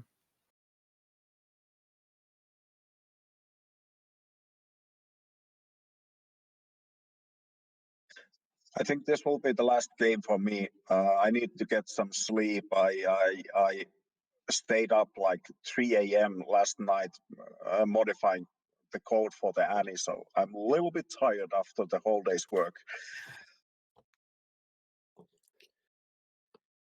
You stayed up until 3 a.m. right after Probot submissions have ended? Yeah, this is the time where I'm like taking a break. I'm not even touching the code. Yeah, because I want to make Annie real-time compatible. So if it's needed in the meatpack games, I'm trying to make the mine strategy, the minefields, to work on real time. Yeah, I want to do that too, but we still have a lot of time, I think. How many weeks until the finale? Like it's probably The deadline for the bot submission is tomorrow. for real time? Yeah, for the real time, yeah. Oh, well, that's weird. I'll talk to Drek, see if we can get an extension on that. That's Wonder the why so reason early? Because we have like I- 5 more weeks or something until they play those games. I mean, obviously Yeah. they need time to play them and get them submitted, but I hope that also, but I have to say, Infi was kind enough to help with the real-time problem. Annie is now also, it will be part of the Sharpie family in the future. So he ported the Annie to the Sharpie in a matter of minutes. So that was quite impressive. oh, nice. And he's able to convert that to the Excel file. So Infi, if you're hearing this, thank you very much.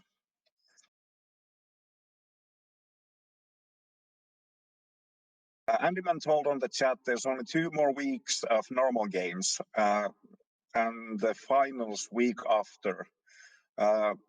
Probably we are able to send the real-time bots later on. I hope that Drake will agree on this because it's a little bit tight schedule for me. I would like to also participate in this if the there's room in the meatpack games. Oh, yeah, that makes sense. It's not going to be a week per round anymore when the rounds get down to like just 1 series or 2 series. Okay. Yeah, I'm sure it'll be fine. Yeah, As long as they I get hope in so. time to give it out to whatever players need to play. It's not like the tournament games where it really matters. Because I can't even start working on it until like Thursday. Yeah, I understand. Anyway, Ketrok, good luck to you on the robots. Yeah, you too. It would be nice to meet also the robots ladder. I'm a little bit afraid that won't happen because Jensi is dropping me out. But anyways, good luck and see you guys later next week. Yeah, thanks for the stream. I'm out too, but see you. All right, have a good one, guys. Yeah, see you. Bye-bye.